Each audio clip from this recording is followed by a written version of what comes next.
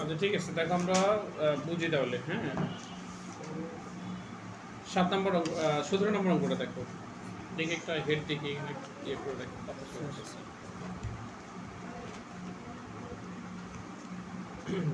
9.9 ক না, 17 নম্বরটা দেখো। 17 নম্বর প্রশ্নটা বলছে যে limit x tends to 0 cos 2x minus cos 4x ভাগ x স্কোয়ার।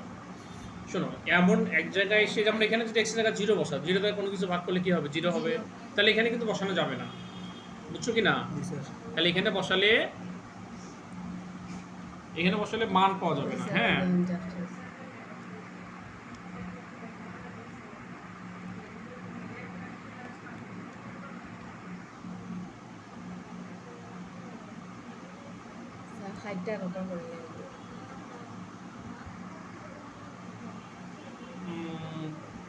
তেল পড়েছে ক্যামেরায়।